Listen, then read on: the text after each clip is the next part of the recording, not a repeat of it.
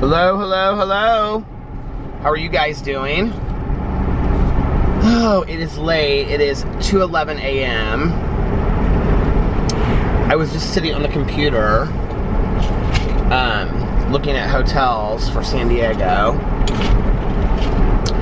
trying to see some possibilities that are close to where my brother-in-law lives, because we don't want to be too far from him. I guess he's near Pacific Beach, and we don't want to be too far away from where he's staying. I don't really know. We kind of wanted to stay like on the beach, but I can't really find any options that are like on the beach that are somewhat nice.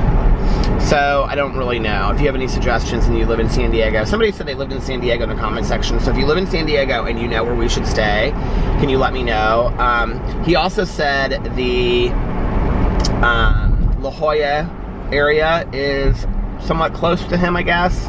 That was like, we asked for other places other than right where he lives, and he said La Jolla, and he listed two other places. One he said was kind of like hipsterish, and the other one he said was similar to West Hollywood in LA. So anyway, I just finished filled my water bottle. My hair, I came home from going to dinner, and I fell asleep with the dogs, because Alex, so we went out to dinner for our friend's husband's birthday. And we went to this like steakhouse here, and everybody always wants to go to steakhouses for their birthday. I don't know what that's about. It's funny that this is where we went to where I went for my birthday last year, and it's Harry and Izzy's, which is like a steakhouse on the north side of Indianapolis. It's kind of close to where we live. So we went there for dinner tonight.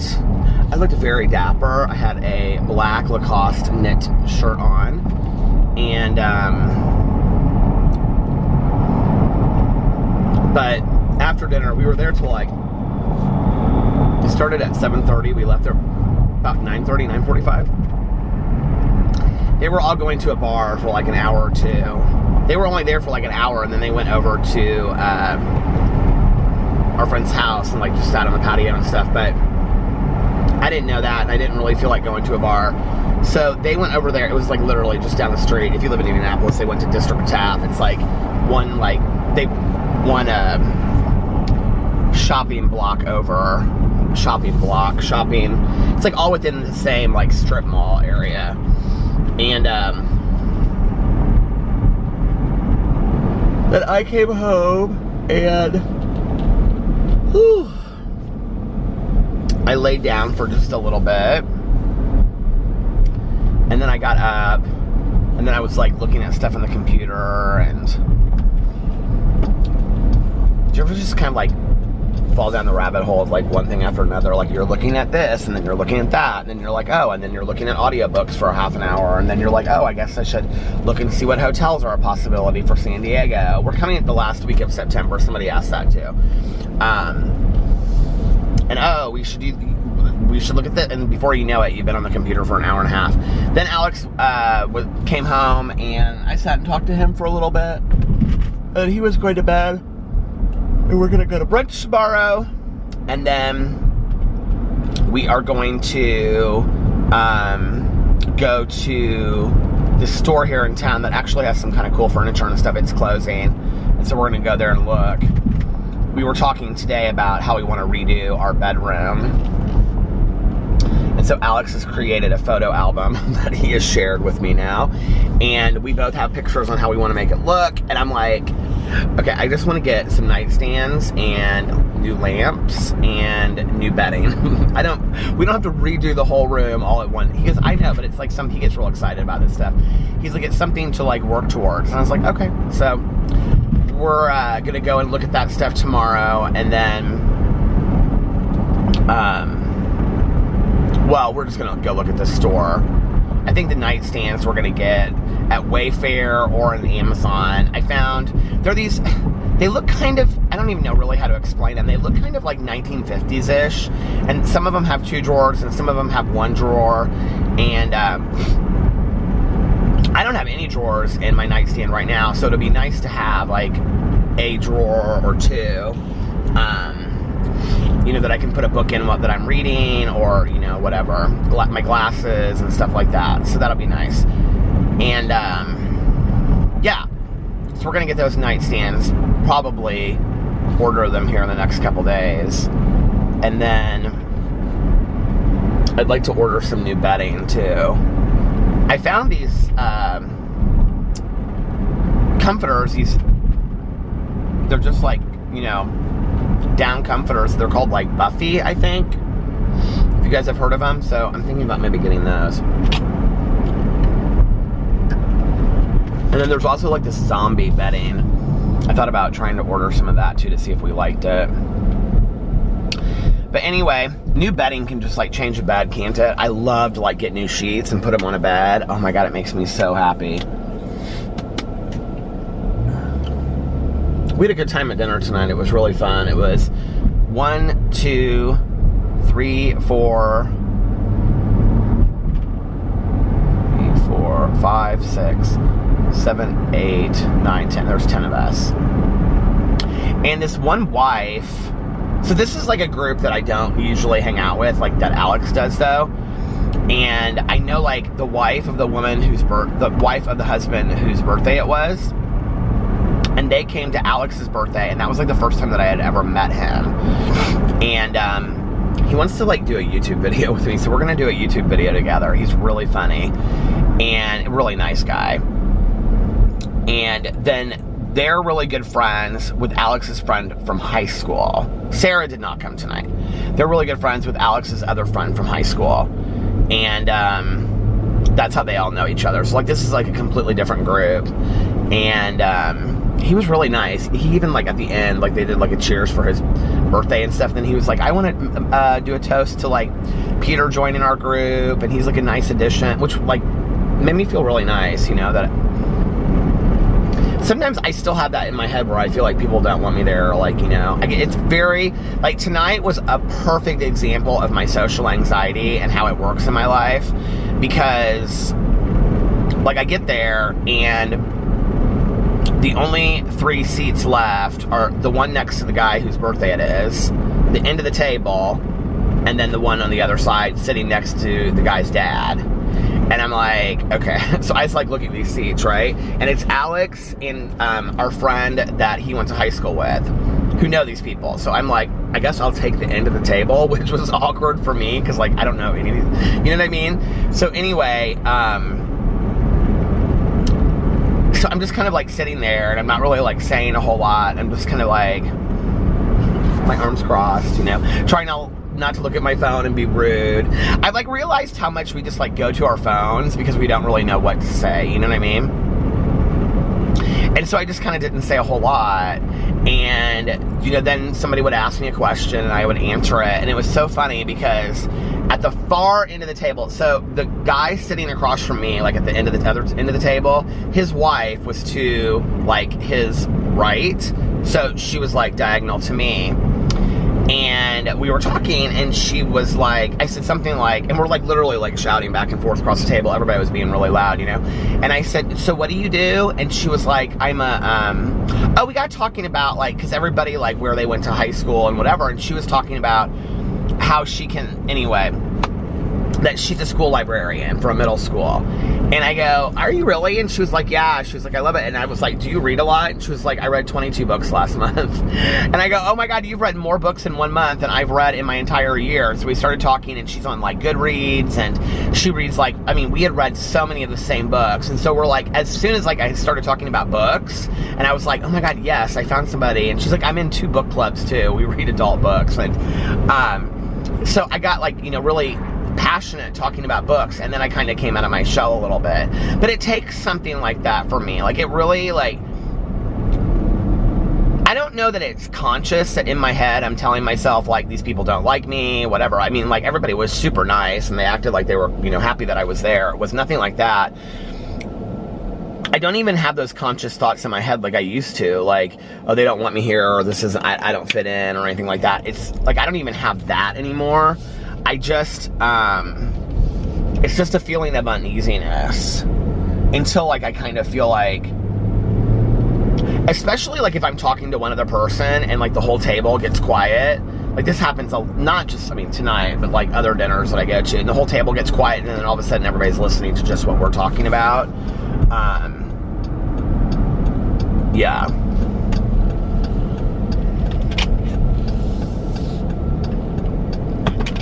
So he took his time unbuttoning the back of the white summer dress, badly out of practice, but there was something wonderfully terrifying because...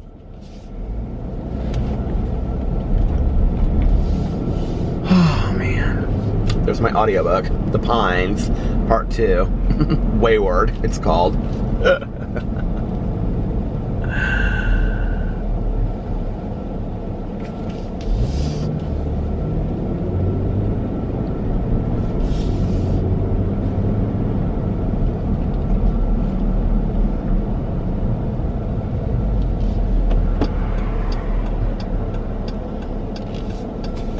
I don't know why that just distracted me, but it totally distracted me. What was I talking about? Oh, social anxiety. Oh my God, you guys, I filmed videos for all of my channels today. And then when we left for dinner, my Peterisms video and my review video still weren't done uploading. And so I was like, well, I won't be back from dinner too late. I'll be back before 10. So I'll just upload them then. And I came back and I took the dogs outside and I gave Pee-Pee his medicine and I did all that kind of stuff. Pee-Pee's doing very well today. But anyway, I did all that stuff. And then I decided that I was going to lay down for a little bit. Totally forgot to upload or to publish my videos. So I was like, well, I'll just publish them tomorrow. It's really not that big of a deal. Had a good day today. So I came home last night after vlogging. What did I do last night? Oh, I finished The Pines. So I had a little bit longer than I thought I did with the book. I think I had more like 40 minutes last night to finish it. And I was like, I'm just going to finish this book. Like, there's no reason for me not to just finish it before I go home and I watch Stranger Things. And so I finished The Pines, which is the first book in the Pines series by Blake Crouch. And then I went home and got myself all set up to watch the show, and then I just kept on getting distracted. Pee-Pee wanted to go out like 3 times in a row. And sometimes he likes to go outside because he knows he's going to get a treat afterwards if he does something. So he'll go outside, and then it's kind of cute. Like, he'll go outside and he'll run over to like the bush and he'll like raise his leg and look right at me. But he like raises it for like literally like a second and then puts it down and then runs back in, and then he goes inside. And then he runs into the kitchen, and then he's waiting for me. And so like I'll walk back in the kitchen and he'll just look at me and he'll go, "Arr, arr, arr." Like, where's my treat, right? I'm like, you didn't do anything. You literally just went outside. And it's like, this is where people think that dogs, like, don't have any personalities or they're not smart. Like, I mean, I understand it's like Pavlov's dog with back in the day, but, I mean, he knows that if he goes outside and he does something, that he'll get a treat, right? So that's why he goes through this whole act of acting like he's doing something when he's not even doing anything, which is hilarious to me. But, so anyway, somebody mentioned in the comment sections about, I don't know why they said talk to my dad about Lasix and kidney failure, but the vet did tell me that. She told me that, like, that's why you do blood work, and like, we talked about that initially. I mean, I didn't get into all of the details of what the vet and I talked about, so, but thank you guys for all of your caring messages. It really means a lot to me, and,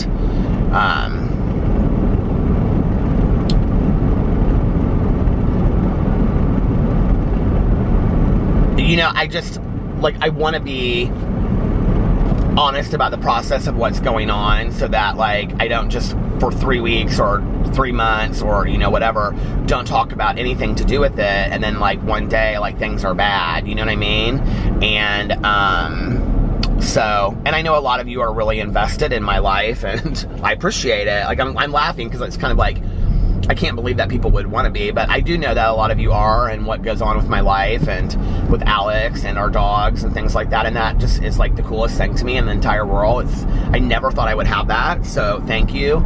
And part of that is me taking you along for the journey, and the bittersweet, sad parts of it as well, you know? So thank you for your messages of, you know, kindness and compassion, and I really, really appreciate it. And I'll give little daily updates. I mean, today he was doing completely fine. I think that's the hard thing for me, you know, is, and I know, like, having been around Tanya for so long, you know, where, you know, she'll be, like, so upset because, like, some dog that she just had, like, a week ago, you know, or whatever, like, because, you know, Tanya's boarded some dogs for literally, like, their entire life. And so, I mean, her kennel's been open forever. So she has people's dogs that, like, she's literally boarded them since they were puppies all the way through their adult life, you know? And she gets really attached to these dogs. Many of them she has in doggy daycare and stuff. And so she'll call me and she'll say, you know, she'll be like, I'll be like, what's wrong? And she'll say, you know, I just got a call that so-and-so, you know, somebody's dog passed away and it was really upsetting and blah, blah, blah, blah, whatever, right? And I'm like, I'm sorry, Tanya, you know, and so, like, she's told me stories through the years, you know, like, of things that have happened, and she'll just be like, oh my God, you know, we had this dog, and it was just really sad, and, you know, like, so I know that with a lot of situations, like, she'll say, like, oh my God, they were great, just, like, you know, a week ago, like, running around and whatever, and I know and I've had friends of mine that have had dogs that the exact same thing has happened, you know, where one day they're doing extremely well, and the next day they're not doing well at all, and that's my fear, you know, but I'm also a person today that knows that I can't live in fear, and I have to live in the present, and I have to enjoy the moments that are good. And so it's strange, like, I was thinking a lot about it today, that PP is really, like, PP is teaching me to live in the present right now and stay in the present, because each day that is good, like, I'm prepared for the future that we're going to have to make some decisions, you know, but at the same time, we're not there today, and I don't need to borrow that trouble. I just need to follow the advice of my vet, you know, and what our vet tells us to do, and that's worked so far. And, you know, live in the present. And if it's a good day, I don't want to sit and look at PP and just be sobbing left and right about what's going to happen when he's gone, when he's not yet, you know what I mean? And,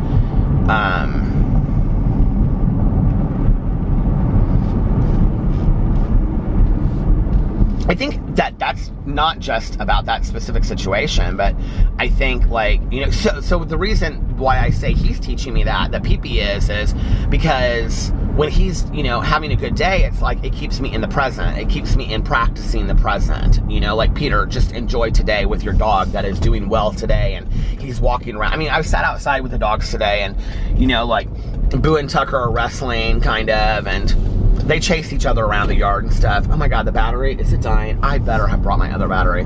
But, you know, Boo and Tucker are chasing each other around the yard. Where am I at on time, by the way? I can't even see. 18 minutes. They're chasing each other around the yard, you know, and PP's, like, out there, and he's just, like, sniffing the air and sniffing stuff and just kind of walking really slowly. Oh, thank God I do have a battery. And I'm like, you know, I'm so happy that he's just, like, enjoying this time. We were out there for, like, a half an hour, you know? And I'm like, just, you walk as long as you want. And I sat out there until he walked up the steps, and then he just kind of sat there and he kind of looked at me for a second, and he, like, walked to the door like he was ready to go inside. And then, of course, he went inside. He wanted his treat, you know? He wants his treat. So, anyway, here I'm going to pull in here, and I'm going to change this battery. So, I will be... This is this place where they have this drum circle. I always think of that when I drive by. Okay, I'll be right back. Okay. I'm getting so good at just, like, changing the battery thing. I mean, it just, like, was really swift.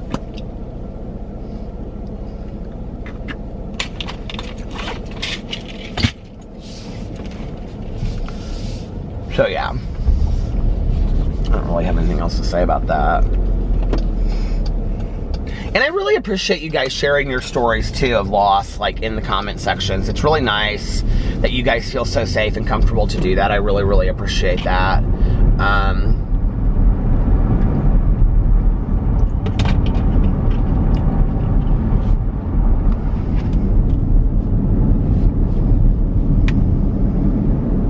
I mean, I think these are things we all go through, right? Do you ever wonder with all these support groups that we have, like, why? And I'm sure there are support groups for losing pets. I'm sure there are, you know, somewhere. But isn't it crazy that we don't hear more about it?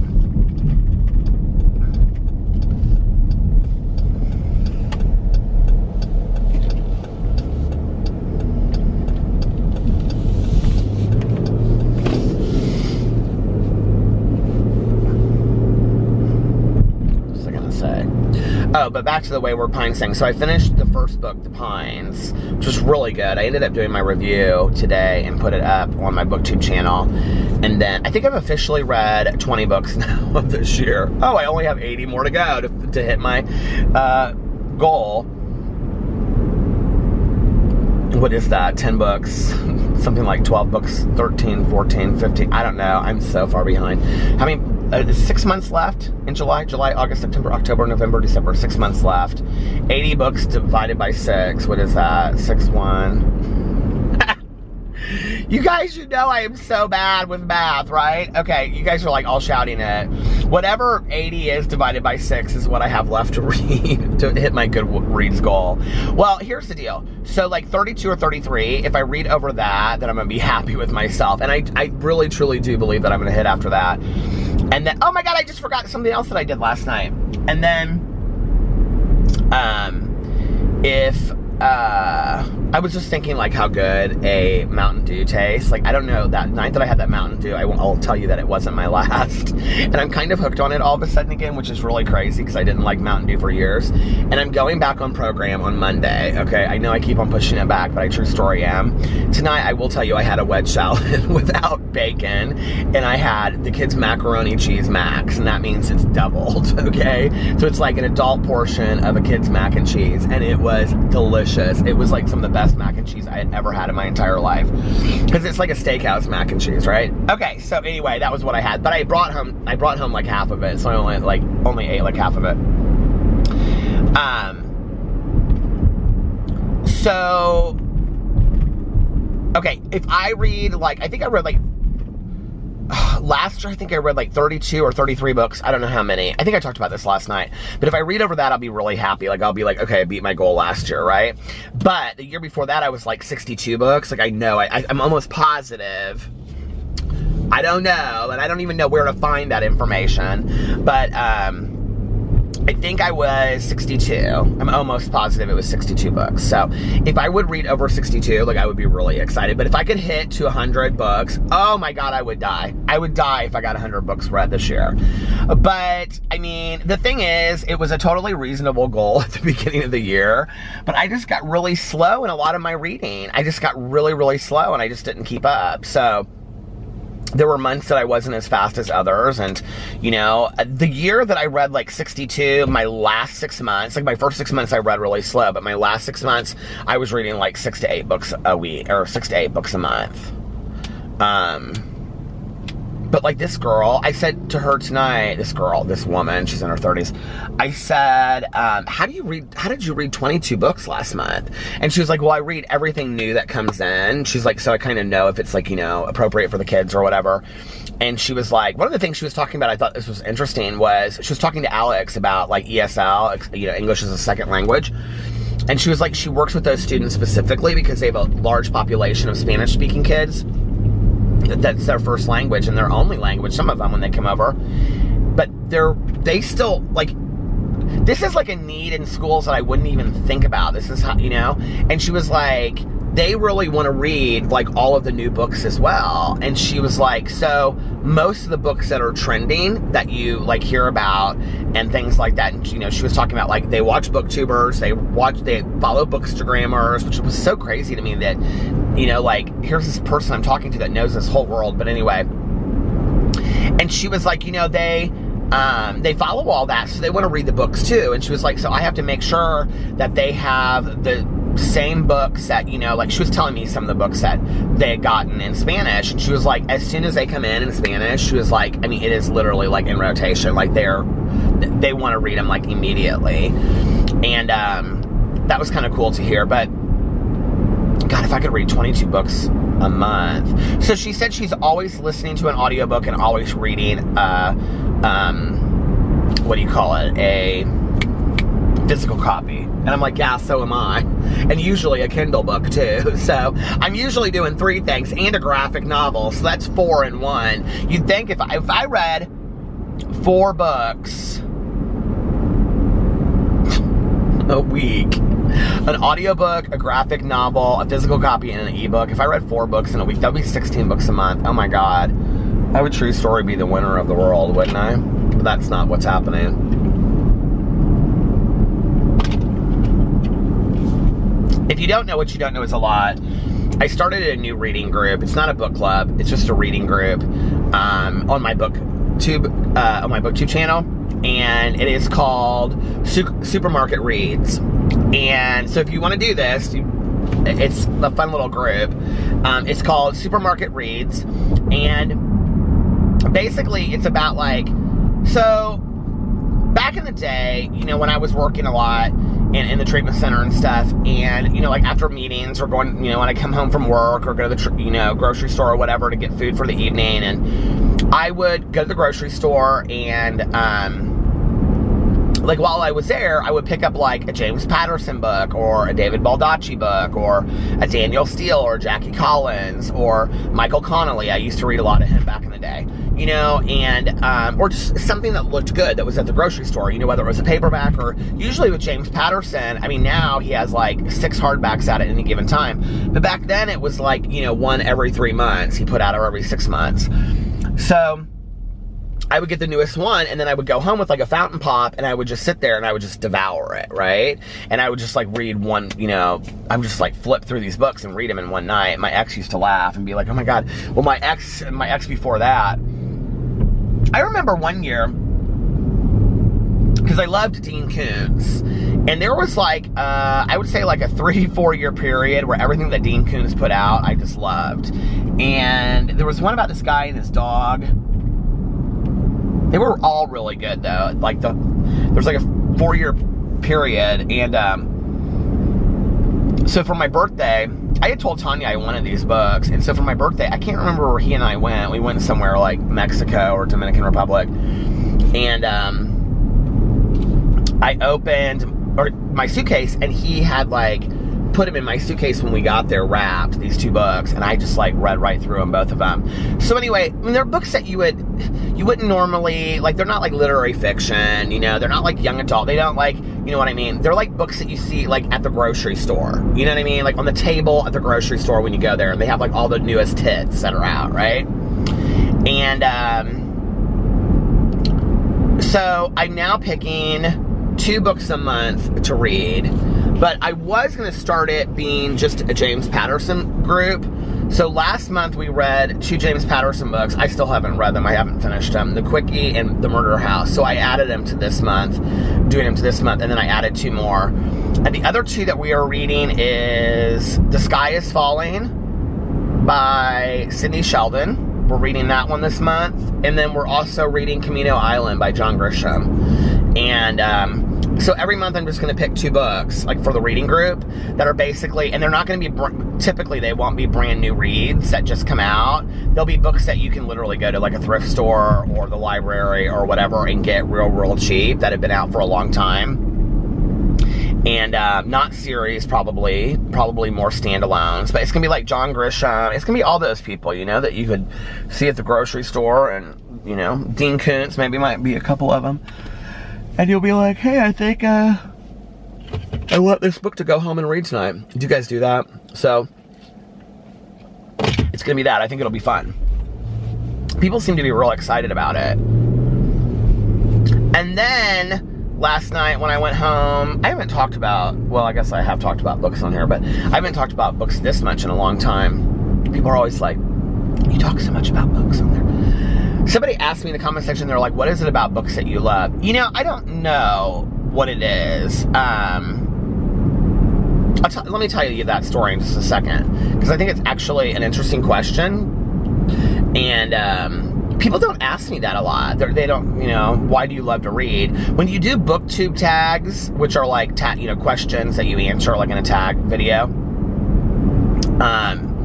that's usually like one of the questions in there in like the booktube newbie tag and stuff like that is like, why do you love to read? Or, when did you start reading and why? Things like that. So it's a good question. I think it's a good question. I think for other people too that are readers or non-readers, I have so many people that say to me like, I've always wanted to start reading, but I don't know like what book to start with. And I think it's such a personal question. It's like,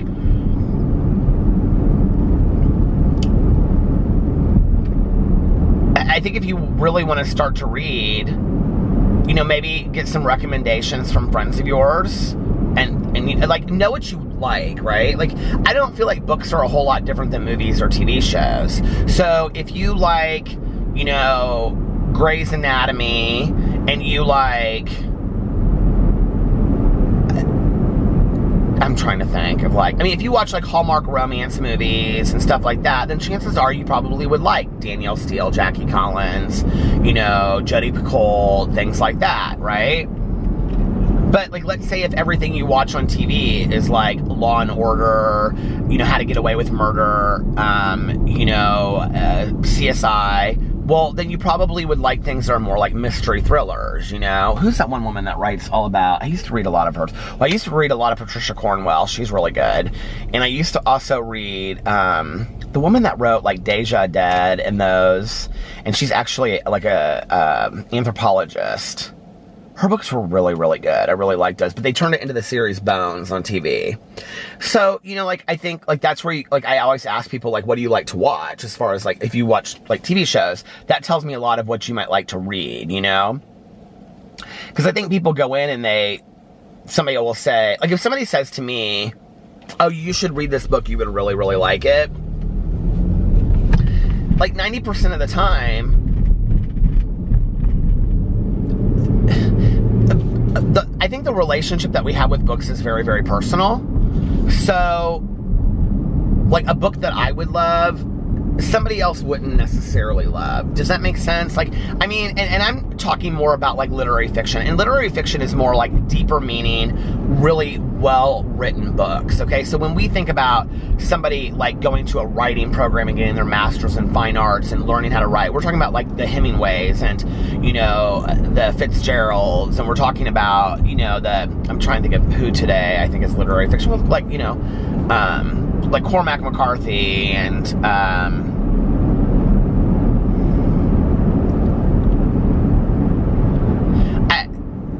there's a fine line between what I think is like pop today and literary fiction. Like, I love the Seven Husbands of Evelyn Hugo, and I thought it was extremely well written. I don't know that I would consider it necessarily literary fiction, but sure, it's literary fiction. And I think today it doesn't really matter. It doesn't really matter what you read. Just read because you want to read if you like to read, And it was funny because, I was going to talk about this in a second, but the Reading Rush, which used to be Booktubeathon, starts on, I think, July 22nd. I just watched last night when I got home, I watched the 2 challenge video. Well, the first video is the introduction, the second video is the challenge video. And they were talking about, like, people, like, if I get criticized for anything, I get criticized for a lot, but one of the things I get criticized for is that I listen to a lot of audiobooks, and people are like, that's not reading, right? When the majority of people that are on BookTube or Bookstagram or book bloggers or whatever 100% consider audiobooks reading, because what they consider, and these girls said it in such a great way, they're like, what counts as reading? And they're like, if it's an audiobook, does it count as reading? Sure. If it's a graphic novel, sure. If it's a comic book, sure. If it's a book of poetry, sure. If it's this, and they're like, anything counts as long as you are experiencing a book, it counts. I don't know why it really matters to people anyway, like how you listen or read or whatever you do to a book, right? But books should be for enjoyment and for fun. Don't ever let anybody tell you that what you're reading is right or wrong or any of that kind of stuff. Read because you want to read. But I think the thing is, I've had so many people through the years, and like, it's like, I don't want to offend people, but they'll be like, this is like friends of mine, and they'll be like, oh my God, you should read such and such book. And I start it, and I'm like, I cannot get through this book. Like, there is no way. I can't even get through 10 pages of this book, let alone 385, you know what I mean? And so I just, like, give it back, and I'm like, hey, I just have to be honest with you, like, I don't think this is my cup of tea. And they're like, oh, really? Why not? And I'm like, I don't know, I just, it's just, I'm not, maybe it's just right now, because a lot of it is the mood, too. Like, maybe I'm not in the mood to read it right then. There have been a couple books that I have read since being on BookTube, that when I started it, I didn't love it, but then I would read it later. When I read The Underground Railroad by Colton Whitehead, was that his name? I should know. He won the Pulitzer, I think, for it. But anyway, that's considered literary fiction right there, okay? That book was so... Colson Whitehead? Oh, that book was so fantastic. But anyway, when I read that book, the first time I listened to it on Audible, I was doing a buddy reads with a fellow booktuber of mine from Chicago. And I think a lot of it had to do with the fact that he was like, yeah, I just couldn't get into it. I DNF'd it, which means do not finish. And I was like, well, what didn't you like about it? And he was like, it just was really dry. I couldn't get into it. The names were so different, because at the beginning of it, it's like Cora and all this kind of stuff. And it is a lot of names. And I was like, okay. And so I think that kind of like fed into my interest in the book. So when I was listening to it, I was just kind of like, yeah, I can't get into this. Well, I listened to it like a year later, and I mean to tell you that I absolutely fell in love. Like, I mean, it was just such a fantastic book. And I mean, I got like an hour into listening to it, and I thought, I cannot believe that I ever couldn't get into this book. Like, it is so good. It is so unbelievably good. And, but I've had other people, like, I'm trying to think of a book that somebody told me that I would love, and I was just like, yeah, I didn't like it at all. Or a book that I tell people to read. Or that they get, like, their takeaway from it is completely different than mine, because I think books are personal, And I think that what we like in a book is completely different than what somebody else is going to like, just like in a movie, you know what I mean? Like, have you ever watched a movie and you're just like, oh my God, this is like one of the greatest movies in the entire world, and then you go tell somebody else and they're like, yeah, I didn't really like that movie at all, and you're like, what? What do you mean you didn't like that movie? And they're like, yeah, I just thought it was kind of like, nah. And you're like, oh my God. And you're like, okay, here's a good example for this. I loved the movie, I just talked about this the other night on here, with Glenn Close, The Wife. Is that what it was called? The one this year where she was up for an Oscar. I don't want to say what it's about, because if you haven't seen it, you should see it. I mean, it is that good. It is that good. Oh my God. Anyway. Oh, she's so good in that movie. Oh my God. That movie was so good.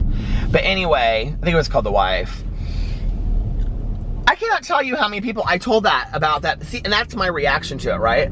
I think Tanya, I called her, and she was like, I just didn't really like it. And I was like, what are you talking about? And she's like, it just really wasn't my thing. And I'm like, wasn't really your thing? Can you not admit that it was maybe one of the finest movies ever? And she was like, yeah, I didn't get that from it. And I'm like, what? Tanya and I argue a lot about movies. She'll be like, oh my God, this was so good. Like, she loved Les Miserables. And you know what my response to it was? However you pronounce it. I know I always pronounce it wrong. Les Miserables. That's what it was to me, miserable. I said, oh, Tanya, all that singing, it just was too much for me.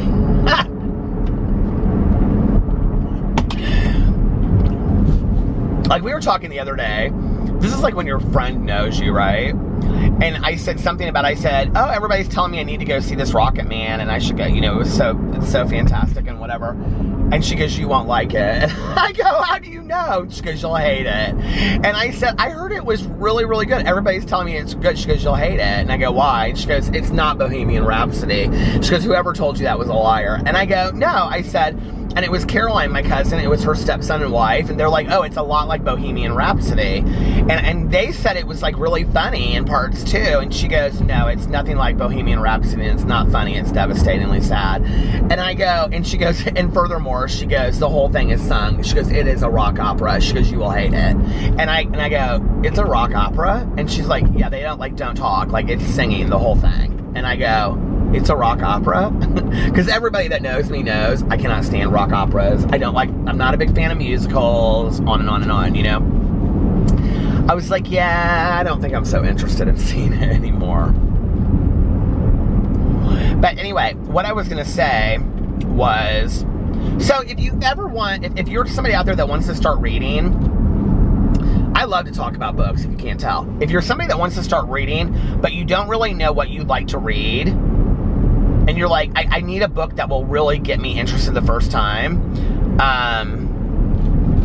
email me and let me know what you're interested in. And yeah, and then like say, you know, like, oh, I like romance, or oh, I like true crime, or I like, you know, mystery shows or whatever. And I'll help you find something for the first time. I will tell you this, I think why everybody hasn't tried Audible when you get a free 30-day membership. You get a free 30-day membership, and then after that, like, you have to pay for it. Everybody should do it and then cancel their membership if they don't want it.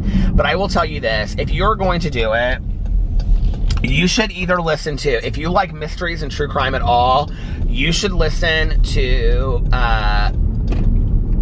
I'll Be Gone in the Dark by Michelle McNamara, One Woman's Obsession with the Golden State Killer, or you should listen to the Audible original by the police investigator that was her close friend, Paul Holes, Evil Has a Name, which is an Audible original told like a podcast. And the whole thing is done with interviews with the victims and the families of the victims and the other investigators, and it is so good. And you can only listen to it on Audible. You can't get it at the library, you can't get it on all that. You have to listen to it at Audible. But if you want to listen to books and you don't want to pay for them, there's also every library. You can just ask your library, or you can Google it for your town or whatever. Like, ours is called Overdrive, but they also have Libby, and Libby I don't think they use through my library. And it's just like the library, but it's online, and you can hold books, request books that are like ebooks, as well as audiobooks. Like Mel, who is the co-host of the BookTube with me, or my book club, she like literally is the library queen. I mean, she uses library books left and right. Oh, this woman that I was talking to tonight, I said something about, do you use the library app for audiobooks? And she said, oh yeah. And I said, so you're not on Audible? And she goes, oh no, I would never pay for Audible. And I was like, oh. And Alex goes, he's obsessed with Audible. And she goes, oh, well, I would never pay for Audible. Well, I do pay for Audible, and I love it. It's truly how I spend most of my money, if you haven't figured that out by now. But the other thing is, with like, okay, with the, like the Overdrive and the Libby and stuff like that with the library, that if you, like, you get to hold a book, right? So, like, let's say if there's a waiting list, you might have to wait 8 weeks to get the book. Wait, it's gonna stop, hold on. Okay, I like turned, like, getting ready to turn it back on, and my audiobook came on the other day. Well, okay, what's weird about this is that recently, on some of my vlogs, it's like only like once or twice a month, but it just happened. It was like I can't remember which one it was, but it was from earlier in the week. It was like the 4th of July one or something like that. There's all these problems with like copyright and like monetization, right?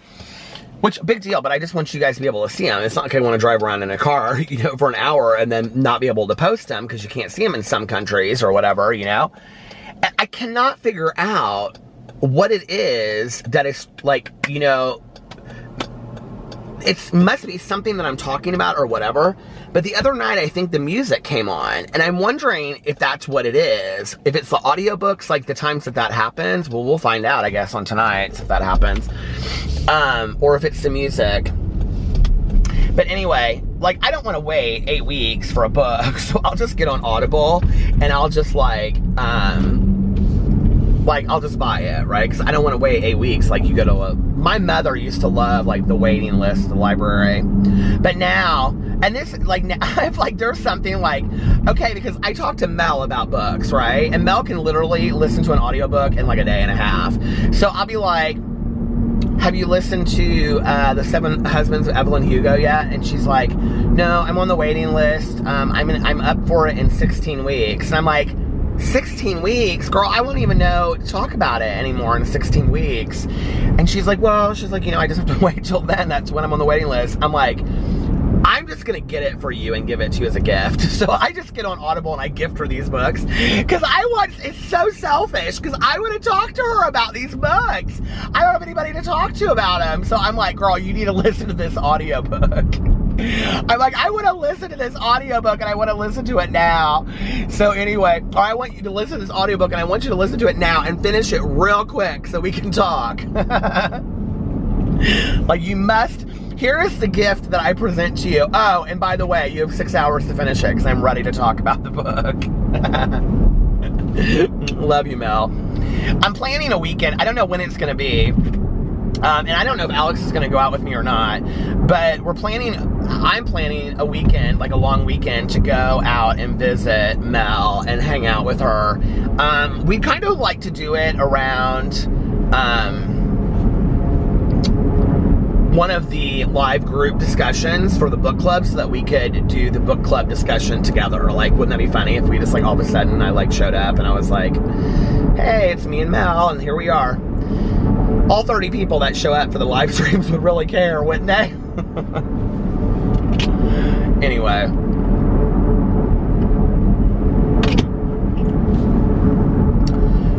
Whew. Okay, so anyway, the reading rush.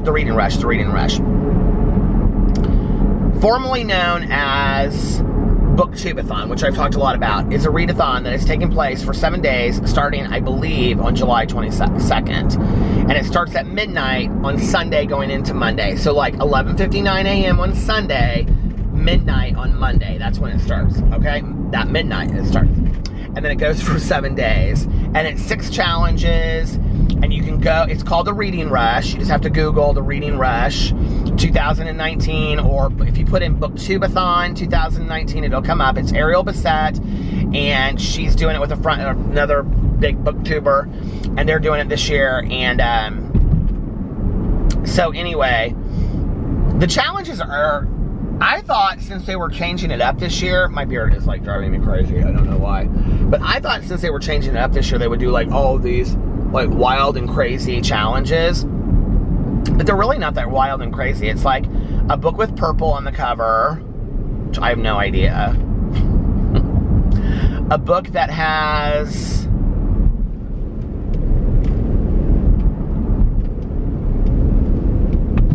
I think it's like more than 5 or 6 words in the title, but the and like a and of can all count.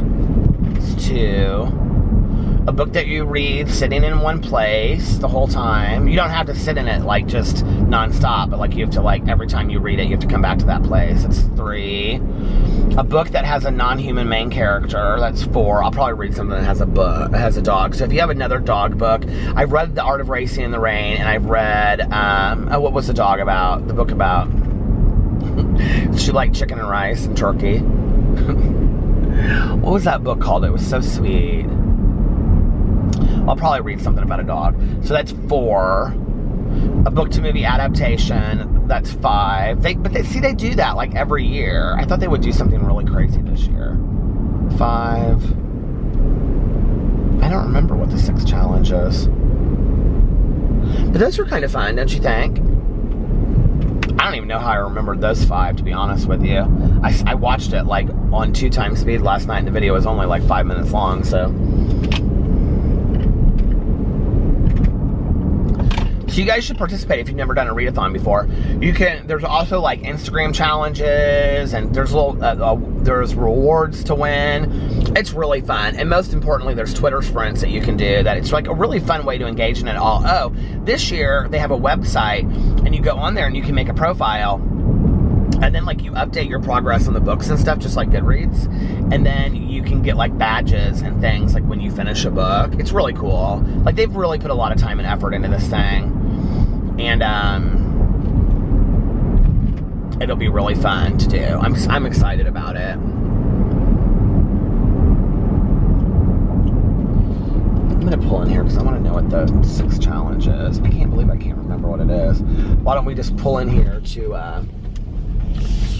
Half Price Books? Not sponsored. God, I wish. I love you, Half Price Books. Do you ever shout that to stores? Probably not. Okay. The Reading Rush. Booktubeathon. Look, I pulled it right up.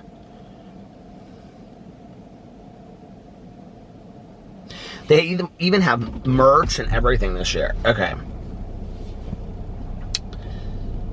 Rules to enter the giveaway. There's like a whole giveaway. They don't have the challenges on here.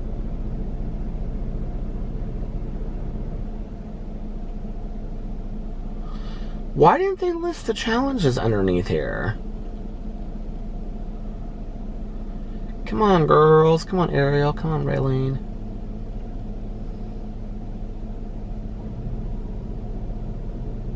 If you want to enter a really innocent world of YouTube, go over to BookTube. I mean, like, just listen to some of these comments, okay? I stopped it in case, because my audiobook started playing again, in case that's the thing that is keeping my videos from being played some places. Okay. But if you really want to enter an innocent world of YouTube, like, listen, I mean, these comments underneath here, if you read these comments, are so sweet.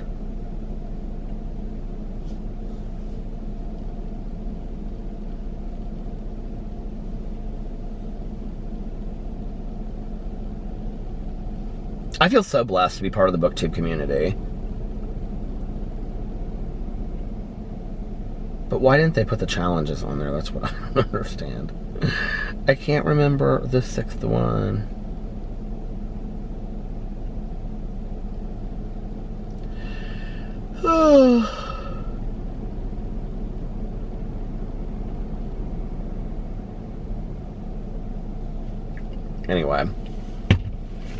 Anyway, it is what it is. Look at my hair. Did I already mention that I have my hat right here, but I just didn't feel like wearing it? I actually did my hair and everything tonight. It looked really cute earlier.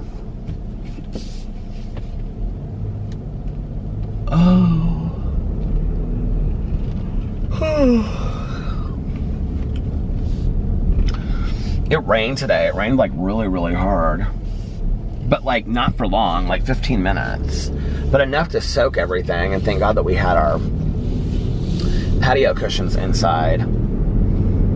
Okay, so why do I like to read? You know, so here's the story, which a lot of you have probably heard. I grew up with two parents that were readers. My mother was an avid reader until the time that she got sick and went into the hospital. Her reading interest kind of changed through the years. Kind of. She always loved fiction. My mom worked at Northwestern Library in Chicago, in Evanston, when my dad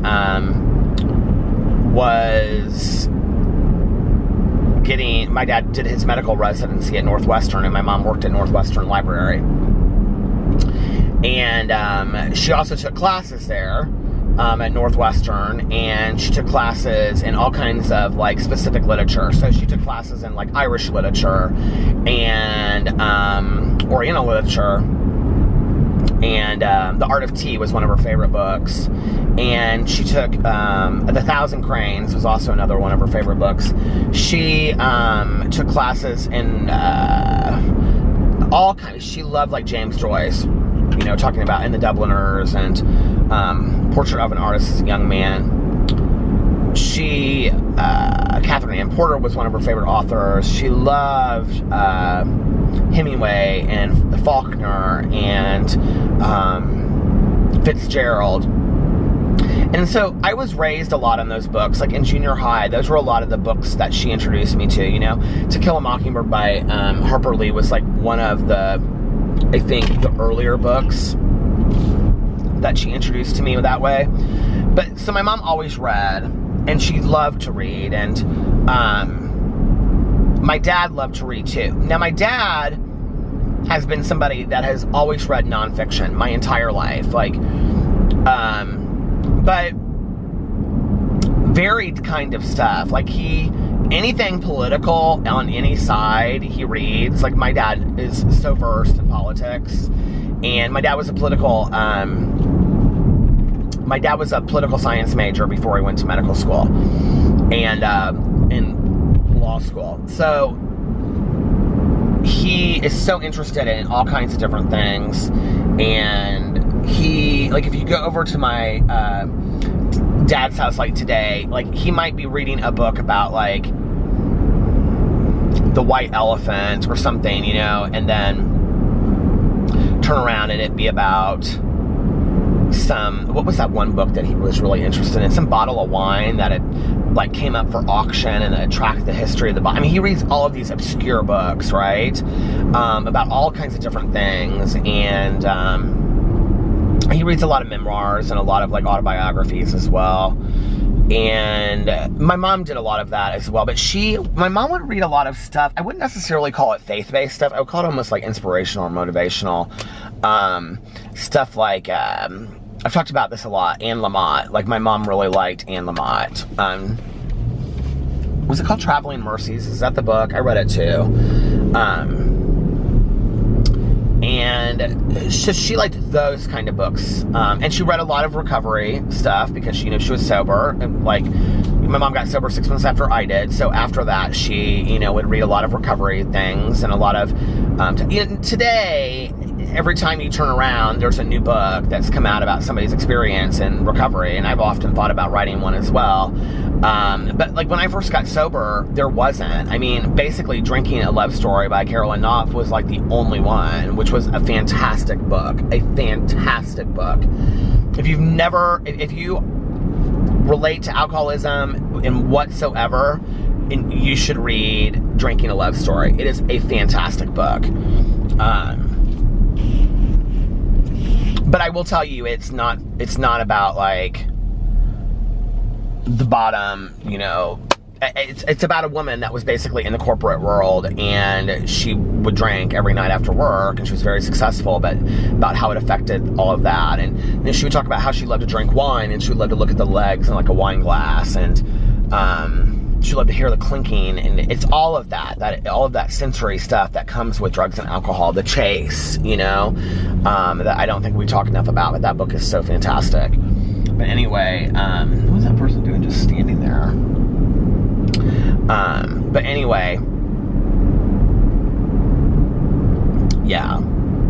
So I grew up with two parents that were, you know, avid readers. My aunt, Kathy, I mean, I think Alex and I went out to eat with her, like, a year before she got really, really sick, and I said something about reading a lot, and she goes, I read 1 to 2 books a day. And I said, what? And Caroline just kind of laughed and rolled her eyes. And she said, you should see her Kindle bill. And I said, what do you mean? And my aunt goes, yeah, I read, like, 1 to 2 books a day.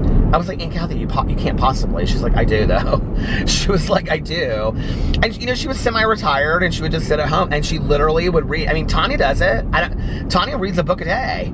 Tanya literally reads a book a day. I mean, it's crazy to me, you know? She just tears through these books, and my aunt did too. My uncle loved to read.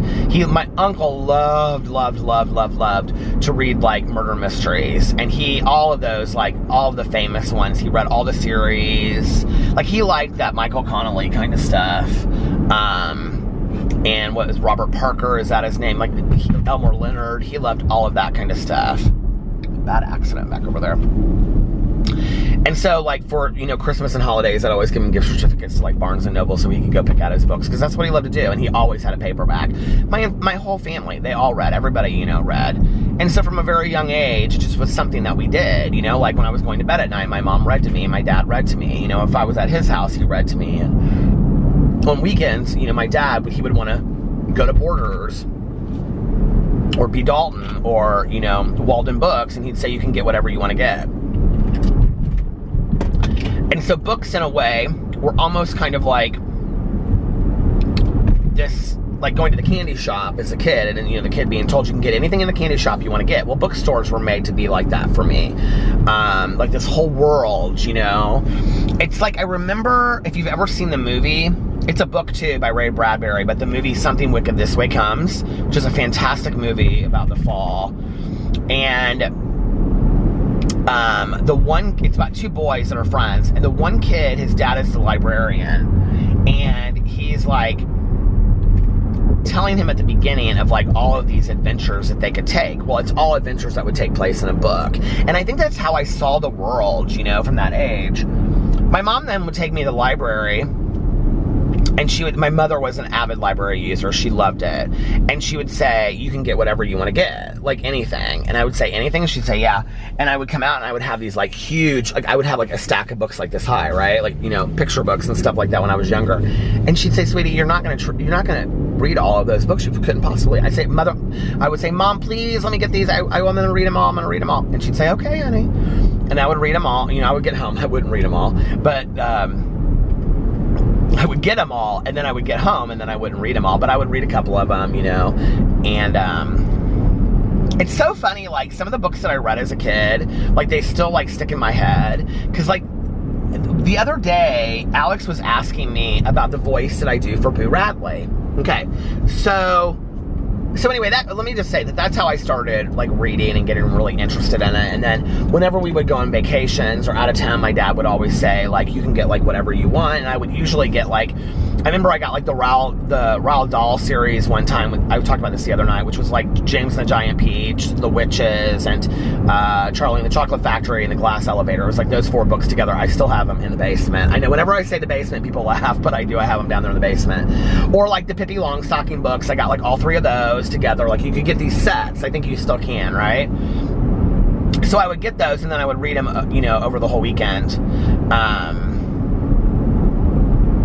What was I going to just tell? And then I totally forgot what I was going to say about all that. Shoot. I can't believe I had something I wanted to share with you guys that was good, and now I can't remember what it was. But, so when we would go on a vacation, oh God, I'm tempted to, like, pull over now and rewind it and see what I said, because this happens to me all the time.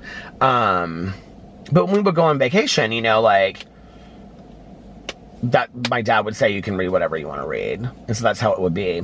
And then we were on vacation one time. I think it was like I don't remember how old I was, but I like had gone through my books rather quickly, and my stepmom said she had with her Fine Things by Danielle Steele.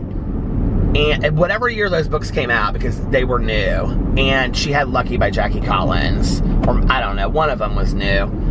And she was like, do you want to read one of these? Well, I read the other one. Oh my God, shut up. Why does it keep on doing that? I don't understand. And, seriously. And, what is so funny about it is I have such a hard time getting it to play half the time because it goes between the music and the audiobook, that it just like randomly comes on when I don't want it to. So, but my stepmom, she was like, do you want to read one of these while I read the other one? I think I was like in 9th grade. And I was like, okay. I think I used to say 6th grade, but I think I was in 9th grade. And I was like, okay. And I read Lucky by Jackie Collins, and it changed my life. I literally can remember, oh, I know what I was going to talk about, the Boo Radley thing. Okay. But it literally, like, changed my life. Like, I can remember reading about Lucky Santangelo, and we read it for the book club again last year. I can remember Lucky Santangelo walking by the pool with Lenny Gordon looking at her and her long jet black hair, and that was how Jackie Collins described it in the book. And I just fell in love with Jackie Collins, and I fell in love with this world and this idea of world building, and I think that was also maybe the book that made me want to be an author, and knowing that you could create characters and, you know, all of this kind of stuff. So I'll tell this Boo Radley story, and then I'm going to get off here, but so, you know, when I do the voice and I'm talking about Boo Radley, and like Boo Radley will be like, I'll say, well, Boo Radley, where are you going? Are you going on a trip? And he'll say, oh, yes. I'm going to Hawaii. Don't even worry about it. I'm my own person. Well, where are you going to stay, Boo Radley? Oh, I'll stay wherever I want. Don't even worry about it. I'm my own person. I'll probably stay in a treehouse. Don't even worry about it.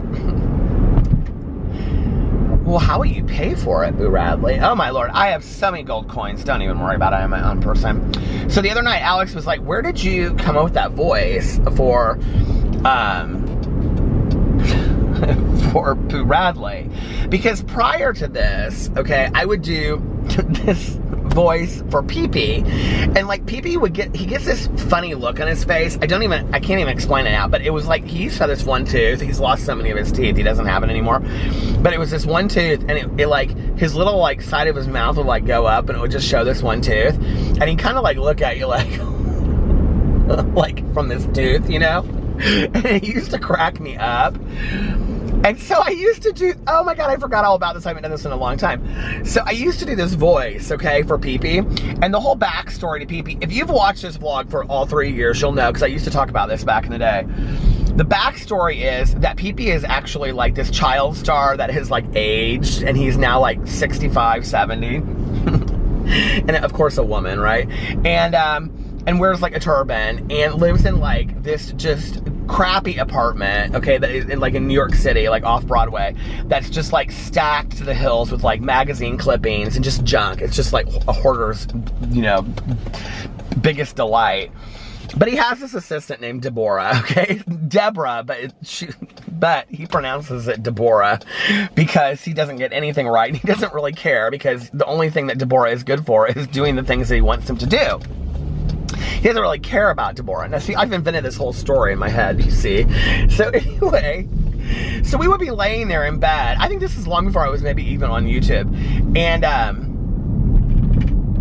I would say, like, I would just start speaking as if I were Pee-Pee, this child star that had grown old, you know, and like, and just this sadly life, you know, just this total, just like alcoholic, sadly life, you know. And I'd be like, oh. I would look over and Alex would just be like rolling in tears, but he wouldn't want to admit that he thought he was laughing at what I was doing. And I'd be like, oh, where is that assistant of mine? Deborah, Deborah! And then of course Deborah would come running right up and she said, Deborah, go downstairs and tell those construction workers to stop right now. My head is killing me, Deborah. And get me a gin and tonic as quick as possible. And then Deborah would come back and bring her gin and tonic, and then he'd say, today, Deborah, we're going to work on my memoirs, of course. Now, Deborah, these memoirs, take note, Deborah. These memoirs are going to be the greatest memoirs you have ever read in your childhood. In fact, we're going to call them the greatest memoirs you have ever read. Deborah, are you taking this down? Deborah, another gin and tonic as quick as you can, Deborah. And I would say that, and I used to go on for hours, right? Well, not hours, but probably an hour at least. Well, that totally is just stolen from Annie Mame. It just is, okay? It's Annie Mame, and it's her friend that was the actress. And it was just like, that's how they stole it. Well, so Boo Radley has a completely different voice, right? Boo Radley's voice is this, don't even worry about me. I'll do whatever I want. I'm my own person, right? So Alex was like, well, where did you first come up with that voice? Okay. Well, come on, you stupid camera. Don't be going out of focus on me today. Not when I'm telling a funny story. Okay. Hi, are you there? Are you there, God? It's me, Margaret. Come on. I don't want to have to stop it and start it again. I'm so tired of doing that. But I'm going to have to. Hold. There, it's back. Okay. So anyway, so y'all know Boo Radley has his own voice and all that kind of stuff. Okay. So I was like, he was asking me, he was like, where did you come up with that voice? And I couldn't really remember. And I was like, you know, I don't know that I know. And he was like, you don't even know where you came up with that voice? He's like, all your voices are like from something, right? So I don't know what it was, but the other day, I was thinking about something, and I thought about the book, The 100 Dresses, okay? Well, The 100 Dresses was one of my all-time favorite books when I was a kid growing up. Oh my God, I loved this book so much. And it was by, shoot. I cannot believe that I cannot remember who The 100 Dresses is by. But anyway, I think I actually have a copy of it at home. I think I finally broke down and bought a copy off of Amazon or eBay or something like that. But anyway, if you have never read The 100 Dresses, you need to buy The 100 Dresses, and you need to read it to your children. It is so good. So, The 100 Dresses is about these mean girls. I don't remember their names, but the names of these girls were also funny too, right? And they were all in elementary school. It reminded me of I think I related to it because I was so bullied, okay, by girls like this and guys like this. They would just make fun of me for everything, right? And, so what was her name? I almost kind of want to look it up because it's so funny. The book was written literally like in the 50s or 60s, okay? And the pictures were so old-timey and stuff. And so it's about these girls, and they were like real mean. These three girls, like basically the mean girls. And they would make fun of this one girl, and she had like some like really long last name that sounded like Polish or something like that, right? And every day they would say to her, you always wear the same thing to school every day. Because, of course, they had the most beautiful dresses and the most beautiful shoes. And every day they would say to her, you always wear the same clothes every day. And she'd say, oh, I know. I'm saving my clothes at home. And I remember that I had watched this film strip, right? We had watched this film strip. And the way that the reader read it. Do you remember film strips back in the day in library? The way that she read, Wanda! Oh my God, Wanda Petrowski. The way that she read, I think it was Petrowski, but anyway, Wanda, that was her name. The way that she would read Wanda's voice is Boo Radley. And she would say, oh yes, of course, I have 100 dresses at home and 100 pairs of matching shoes. 100 dresses! Oh my, these girls would go crazy, right? I loved this book. I would have my mom read it to me back in the day, and she would like start to read it. And I'd say, no, Mom, you're doing it wrong. You're doing it wrong. And so they would all just like, Wanda would go, oh, of course, 100 dresses. And so it's like, Boo Radley is just this very delusional person. Like, why would you never not believe me? Like, of course I'm telling the truth 100% of the time. Like, I have gold coins just out everywhere. Why, who wouldn't believe that? Of course, of course. So anyway. But I forgot that it was about that. I was telling Alex when he came home that night, I was like, oh my God, it's from the 100 dresses. He could care less. But anyway, oh yes, 100 dresses. I have 100 dresses. 100 dresses. Oh yes, 100 dresses. And 100 pairs of matching, 100 pairs of matching shoes too. So it's real sadly, okay, Wanda, somebody dies or something. I think it's her poorly mom or something. And then Wanda and her dad, they move, and they had this little house on the top of the hill. And then the one nice girl, she was poor too, but she didn't want anybody in town to know that she was poor, because then all the girls would make fun of her, right? So she didn't want anybody, of course, she didn't want to be the next Wanda. So she didn't want any of her girlfriends, even though her mom would sit at home, and there was this one scene where it showed like her mom in a sewing machine, if I remember right. And she was just like sewing away, because of course she had to make it out to be like her daughter had the best clothes in the entire world, so she could fake like she was rich and popular when she wasn't. Or they would all make fun of her too. Don't do that. Just be who you are, okay? That's the lesson of that book. So anyway, the real poorly girl, she felt so bad. So she went up to the house to go find what happened to Wanda and all this kind of stuff. And she went in there, and you know what she found? She found 100 dresses and 100 pairs of matching shoes. But guess what? They were all drawn. They were pictures. They weren't real dresses or shoes. Wanda didn't have real dresses or real shoes. You know why? She was poor, okay? And the message of the story is don't make fun of poor people, I guess. I don't know, but I love that book so much. Oh my God, I love that book. I'd be like, Mom, read it to me again, read it to me again. 100 dresses. Like, oh my Lord. And they would go crazy whenever she would say, she'd say, oh yes, I have 100 dresses. Don't even worry about it. They would surround her on like a recess. They were playing like hopscotch and stuff like that. And they would surround her. Do you understand why I turned out to be the way that I am? Okay. My favorite movies as kids was Alfred Hitchcock movies and what do you call it? Auntie Mame, which I watched 9 million times before I was the age of like 15. And Auntie Mame and Vera, her friend Vera, the one that the actress was, my Lord, the sun is bright. But anyway,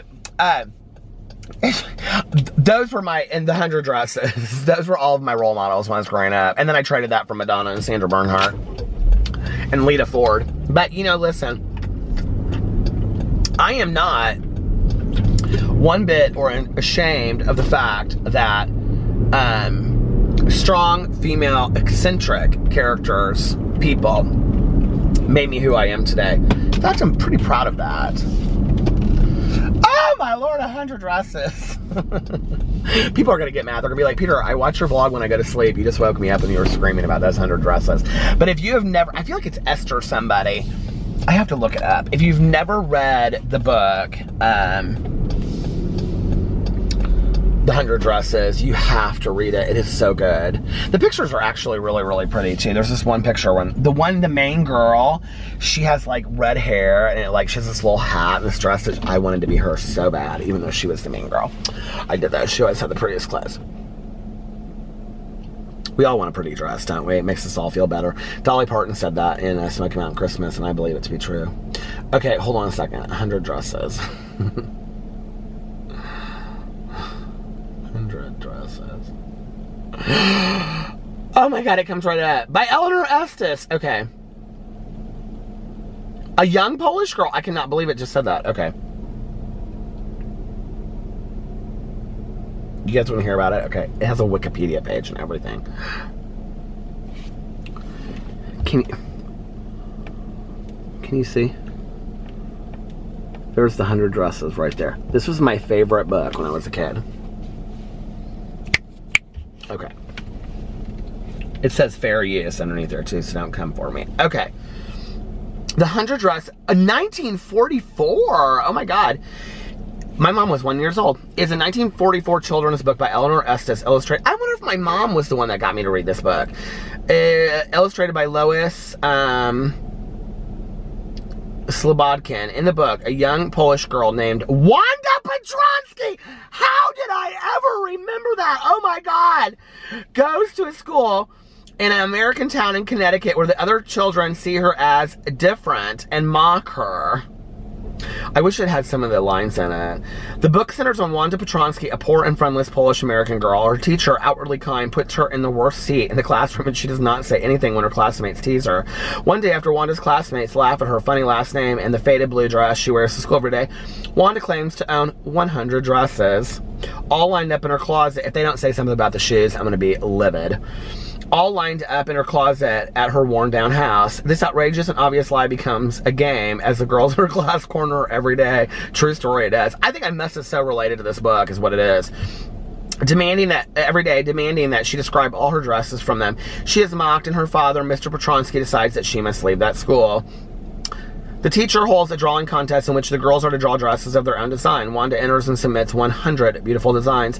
Her classmates are in awe of her talent and realize that there were her 100 dresses. The students who teased her feel remorse and want her to know this, but they send a letter to her, I think, but they are not sure how. They decide to write her a kind letter and send it to her old address, hoping the post office can forward it. Unfortunately, she's already moved away and does not realize she won the contest. Poor thing. Nevertheless, Wanda's lovely nature and kind heart are revealed later when she tells the teacher to give the drawing, to give the students a draw. She said, give those students my drawings. I could care less. Oh my Lord. The 100 Dresses has quotes. I want to read it in here. I wish it would have that part in here. Hold on a second. Here's the letter. Are you ready? Dear Miss Mason, how are you in room 13? Please tell the girls they can keep those 100 Oh my God, that sounded so horrible, but I'm sorry, this just cracks me up.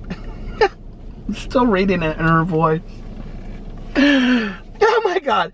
Please tell the girls they can keep those 100 dresses because in my new house, I have 100 new ones all lined up in my closet. Oh my God. I'd like that girl Peggy to have the drawing of the green dress with the red trimming and her friend Maddie to have the blue one. For Christmas, I miss that school. Or for Christmas. I miss that school. My new teacher does not equalize with you. Merry Christmas to you and everybody. Does not equalize with you. What does that even mean? Oh my God. Why is there not more in here?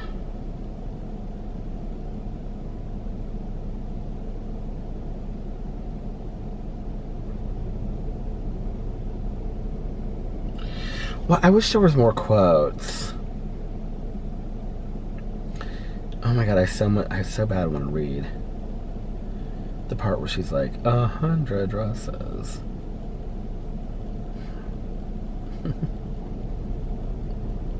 Do you guys know you sit here and just watch this every night? I know, but it's fun, isn't it?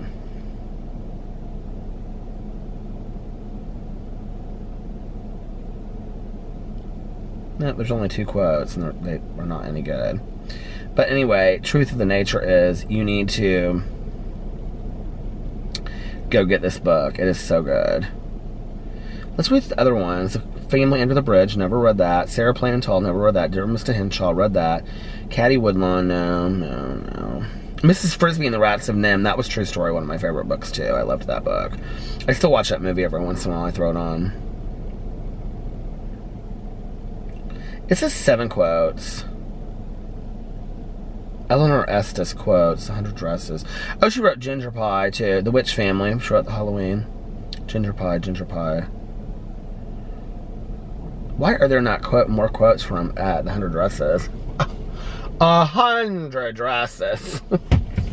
Okay, listen, you guys, I'm gonna get off here now. Thank you for in dealing with my silly stories tonight about books. But I love books, and they have shaped my life. And I think that's it. I think that's why I love to read, you know, is the relatability, the imagination, somebody said that, you know, when they ask, it does allow me to escape. Escape from what? I don't know. Just escape into something else, to meet new people, to meet new characters. Some of the greatest people I've ever met in my entire life were characters I met in books, you know? And, I don't know, I love everything about it, you know. I love to talk to people about books. I love to go and get excited about a new book that I'm gonna read, you know, or look on Audible. I love everything about it, you know what I mean? So yeah.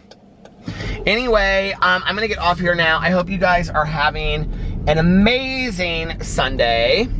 Unless you have other plans. If you don't have other plans, just have an amazing Sunday. Enjoy it. Have brunch. Sleep in. Watch Stranger Things on Netflix, because I'm going to go home and watch it here in just a little bit. And, yeah. And if nobody else has told you this today, God, I didn't realize it was so late. If nobody else has told you this today, I love you. Tell yourself that in the mirror. Believe it. Tell yourself every day so that you start to believe it for yourself. And, yeah, like I said, look in the mirror every single day and make sure you tell yourself, I love you. And also, the other part is to pass it on to someone else and tell somebody else that you love them and what they mean to you. I think that's really, really important. You know, I think, and I'm going to end this, I promise, but I think that we don't tell people enough how we really feel about them, you know? Or it's like, I love you, love you. It just becomes that, and it's not really, like, you really make me happy, or, you know, I appreciate your friendship, and I appreciate you always being there for me. Sometimes those things, those specific things, are more meaningful than these 3 words of I love you that many of us are terrified to say. So just tell somebody how much they mean to you and why. I love you guys, and I will see you tomorrow. Bye. Love ya.